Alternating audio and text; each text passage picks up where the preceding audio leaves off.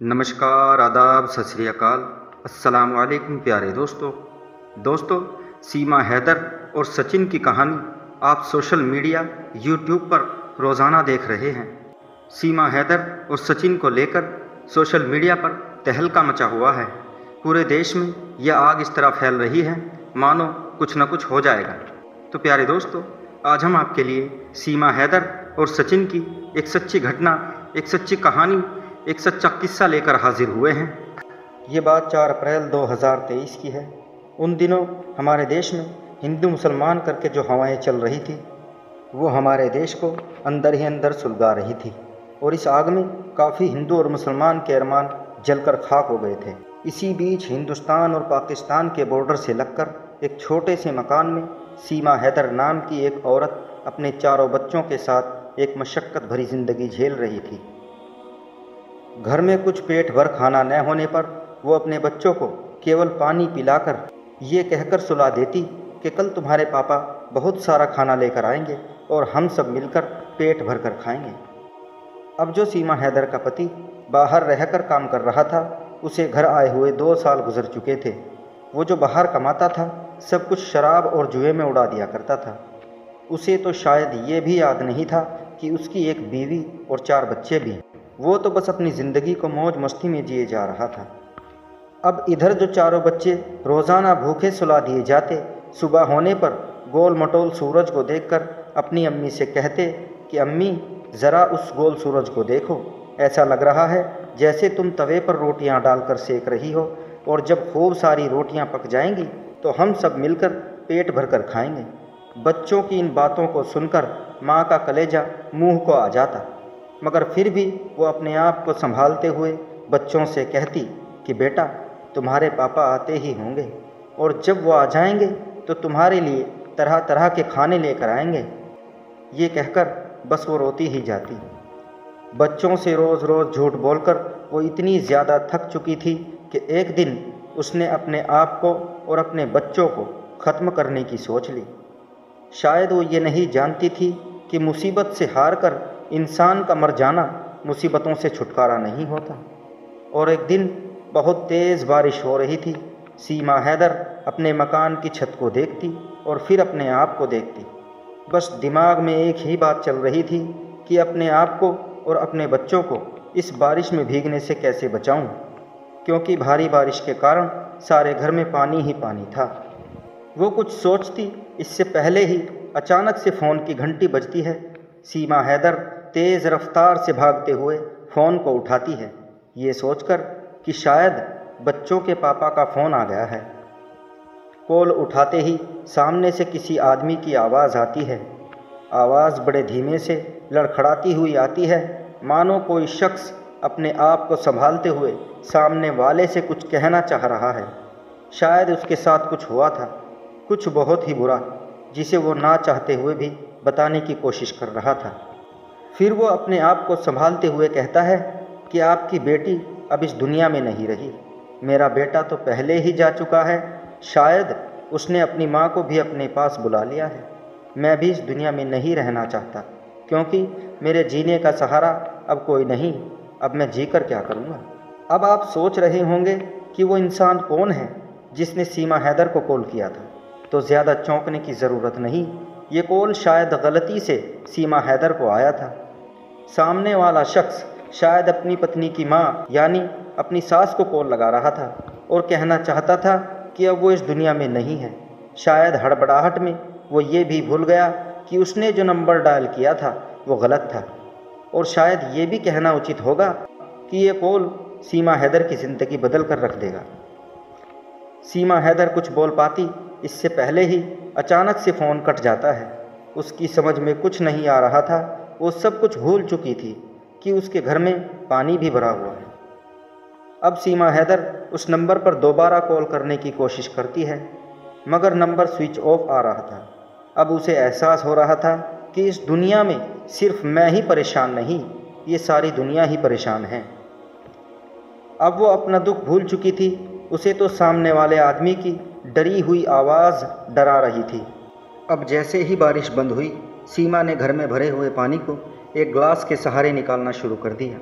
अभी आधा ही पानी निकला था कि फिर से अचानक फ़ोन की घंटी बजने लगती है। सीमा हैदर के कानों में घंटी की आवाज़ आते ही उसके शरीर में बिजली सी कौंध गई। उसने भागकर जैसे ही फ़ोन उठाया, सामने वाले आदमी की आवाज़ अब थोड़ी शांत थी। शायद वो ये कहना चाह रहा था कि ये नंबर गलती से मिल गया। वो मैं थोड़ा डिप्रेशन में था तो शायद इसीलिए ध्यान नहीं गया कि कौन सा नंबर डायल किया है। माफ़ कीजिएगा, मेरा इरादा आपको परेशान करने का नहीं था। इस आवाज़ को सुनकर सीमा हैदर बहुत प्रभावित हुई। वो जान चुकी थी कि इस आदमी का दुख मुझसे कहीं ज़्यादा है। सीमा हैदर ने हिम्मत करके सामने वाले आदमी का नाम पूछना चाहा और वो इतना परेशान क्यों है इसके बारे में भी बात करनी चाहिए। अब सामने वाला आदमी कुछ बताना तो नहीं चाहता था, मगर फिर भी उसका सीमा हैदर से बात करना अच्छा लगा। उसने कहा, मेरा नाम सचिन है और आज से 4 साल पहले किसी बीमारी के चलते मेरे बेटे की मौत हो गई थी। शायद कुदरत को यही मंजूर था। हम इस दुख से उभर भी नहीं पाए थे कि अचानक से मेरी पत्नी भी बीमार हो गई।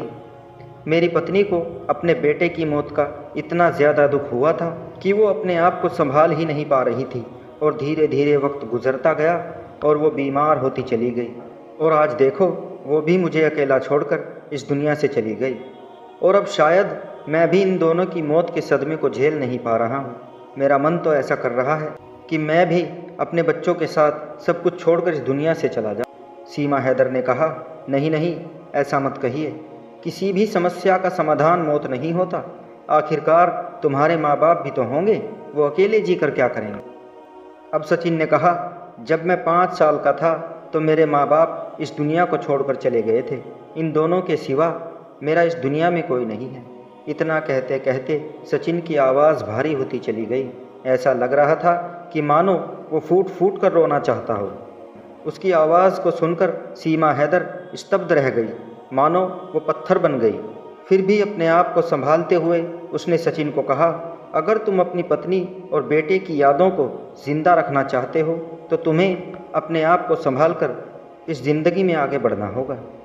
सीमा हैदर की ये बातें सचिन के कानों में पड़ रही थी और सीधे उसके दिलो दिमाग पर असर करती जा रही थी। अब सीमा हैदर को भी सचिन से बात करना अच्छा लगा और एक अपनापन सा महसूस हुआ। अब सचिन ने सीमा हैदर से पूछा, लगता है तुमने भी ज़िंदगी में बहुत शिकस्त खाई है, बहुत दुख झेले हैं।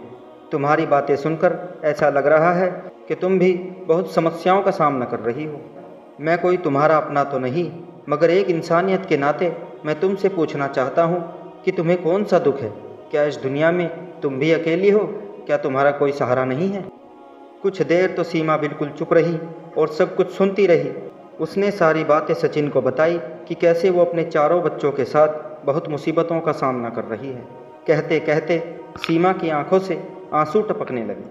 अब बिजली की कड़कड़ाहट के साथ बारिश भी तेज़ हो गई। अचानक से फ़ोन भी कट जाता है। अब दोनों तरफ से हेलो हेलो की आवाज़ आती है, मगर एक दूसरे तक नहीं पहुंचती। बहुत कोशिशों के बाद दोबारा से सीमा कॉल लगाती है और कॉल लग जाता है। न जाने क्यों सीमा हैदर सचिन की आवाज़ की तरफ खींची जा रही थी। अब सीमा सचिन से पूछती है कि तुम कहाँ के रहने वाले हो, तुम्हारा घर कहाँ है। मानो सीमा को लग रहा था कि शायद वो जिस इंसान से बात कर रही है वो उसके बहुत ही नज़दीक है। उसे लग रहा था कि वो कहीं उसके आसपास से ही बात कर रहा है। वो ये नहीं जानती थी कि जिस इंसान से वो बात कर रही है वो उसके पाकिस्तान से क्या हिंदुस्तान में रहने वाले इंसान से बात कर रही है। इधर सचिन भी बातों में इस कदर खोया हुआ था कि अपना दुख भी भूल चुका था। अब सचिन उसे बताता है कि मैं हिंदुस्तान से हूँ। मेरा एक छोटा सा गांव है जिसका नाम रबूपुरा है। यहाँ अब मुझे अकेले ही ज़िंदगी गुजारनी है, क्योंकि जो मेरे अपने थे वो इस दुनिया को छोड़कर जा चुके हैं। अब सचिन सीमा हैदर से पूछता है कि तुम कहाँ से हो। शायद वो भी यही सोच रहा था जो सीमा के दिमाग में चल रहा था। अब सीमा उसे बताती है कि मैं पाकिस्तान में कराची से हूँ। ये सुनते ही दोनों तरफ सन्नाटा छा जाता है। उनके दिलों में एक दूसरे के लिए जो हमदर्दी थी, शायद वो दूर दूर तक दिखाई नहीं दे रही थी। कुछ देर इधर उधर की बातें होती रही और फिर दोनों तरफ से फ़ोन कट जाता है। अब दोनों अपने अपने कामों में बिजी हो गए। ये भी भूल गए कि उन्होंने कभी आपस में बात भी की थी। अब इन बातों को 15 दिन गुजर चुके थे। इधर सीमा हैदर की मुसीबतें कम होने का नाम ही नहीं ले रही थी। एक तो अपने पति से परेशान और दूसरी तरफ बच्चों का पालन पोषण, ये सब अकेले करना उसके लिए बहुत बड़ी बात थी। आज 20 अप्रैल 2023 है। शायद सीमा हैदर बैठी हुई कुछ सोच रही थी कि आज तो मैं इन सभी मुसीबतों से छुटकारा पा लूँगी।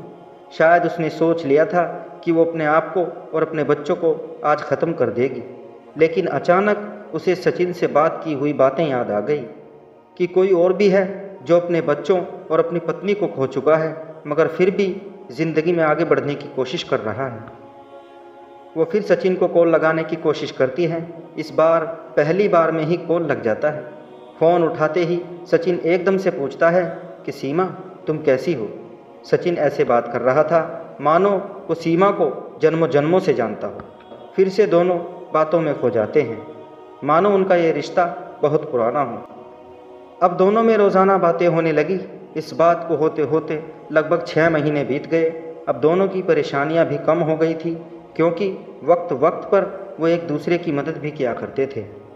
अब दोनों ने मिलकर फैसला किया कि क्यों ना हम एक दूसरे के हो जाएं, क्योंकि दोनों का इस दुनिया में कोई सहारा नहीं था। अब दोनों के बीच परेशानी ये थी कि कैसे वो एक दूसरे के हो सकते हैं, क्योंकि एक हिंदुस्तान से था तो दूसरा पाकिस्तान से। और सबसे बड़ी बात ये थी कि दोनों अलग अलग धर्मों से थे, जो हमारे देश और दूसरे देशों में बहुत बड़ा मुद्दा था। हिंदू और मुसलमान के बीच की जो दीवार है वो आज भी हमारे समाज के बीच खड़ी हुई है, और यही बात है कि न जाने कितने प्यार करने वाले इस धर्म की दीवार के बीच चुनवा दिए जाते हैं। मगर सचिन और सीमा हैदर के हौसले बुलंद थे। उन्होंने सोच लिया था, चाहे कुछ भी हो जाए हम एक दूसरे के होकर रहेंगे, चाहे इसके लिए हमें एक दूसरे के देश में ही क्यों न रहना पड़ जाए। अब दोनों का प्यार इस कदर परवान चढ़ा कि सीमा हैदर अपने चारों बच्चों के साथ इंडिया के लिए निकल पड़ी। उसके पास कोई वीज़ा नहीं था। सीमा हैदर बसों में सफ़र करते हुए पूरे 1 महीने बाद सचिन के गांव रबूपुरा में पहुंच चुकी थी। सीमा के गांव में पहुंचते ही गांव वालों में अफरा तफरी मच गई। लोगों के बीच तरह तरह की बातें होने लगी। कोई कुछ कहता तो कोई कुछ कहता। ऐसा लग रहा था कि पूरे गांव में धर्म को लेकर कहीं आग न भड़क जाए। कुछ गांव वालों ने तो सीमा हैदर को मार देने की बात कही। उस दिन सीमा को एहसास हुआ कि उसने यहाँ आकर अपनी परेशानी को और भी बढ़ा लिया है। शायद वो पहले जहाँ रहती थी वहीं ठीक था। मगर फिर सचिन ने सभी गांव वालों को इकट्ठा किया और कहा कि ये मेरी ज़िंदगी है। मैं ऐसे समाज को नहीं मानता जो इंसान की इंसानियत को ना समझे और एक दूसरे के दर्द को ना समझे। मैं ऐसा करता हूँ, मैं ही सीमा के साथ पाकिस्तान चला जाता हूँ, फिर चाहे जो भी हो। सीमा हैदर और सचिन को लेकर पूरे देश में तरह तरह की बातें हो रही थी। Facebook, Twitter, YouTube, social media सभी मिलकर सीमा हैदर और सचिन को अलग करने की कोशिश कर रहे थे, मगर इन दोनों ने साथ जीने और मरने की कस्में खा ली थी। वो एक दूसरे को छोड़ने को तैयार नहीं थे। तो प्यारे दोस्तों, आगे क्या होने वाला है? क्या सीमा हैदर और सचिन एक दूसरे के हो पाएंगे? इस कहानी के अगले पार्ट में हम आप लोगों को बताएंगे कि सीमा हैदर और सचिन कैसे एक दूसरे के होंगे और कितनी मुसीबतें उनके सामने आएंगी। तो प्यारे दोस्तों, वीडियो अगर अच्छी लगे तो लाइक और शेयर कीजिएगा और एक प्यारा सा कमेंट ज़रूर दीजिएगा, और हमारे चैनल गोल्ड स्टोरीज़ को सब्सक्राइब ज़रूर कीजिएगा। शुक्रिया।